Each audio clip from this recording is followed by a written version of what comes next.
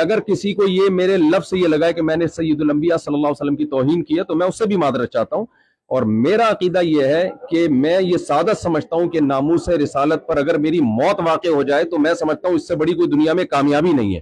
خود سوچئے کہ جو شخص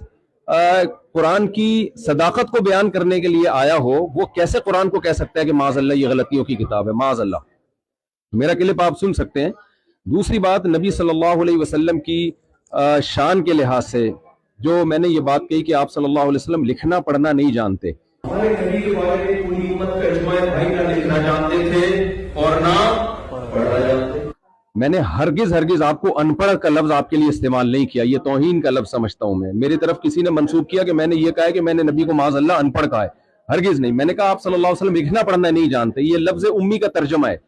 اور یہ بھی نبی صلی اللہ علیہ وسلم کی شان میں بیان کیا ہے۔ مقصد یہ ہے کہ آپ صلی اللہ علیہ وسلم جو لکھنا پڑھنا نہیں جانتے پھر بھی تمام علوم کے حامل ہیں، کیونکہ آپ نے براہ راست اللہ سے علم لیا ہے، اور اللہ کے بعد میرا عقیدہ ہے کہ آپ صلی اللہ علیہ وسلم سے بڑا علم والا اس کائنات میں اللہ نے پیدا نہیں کیا۔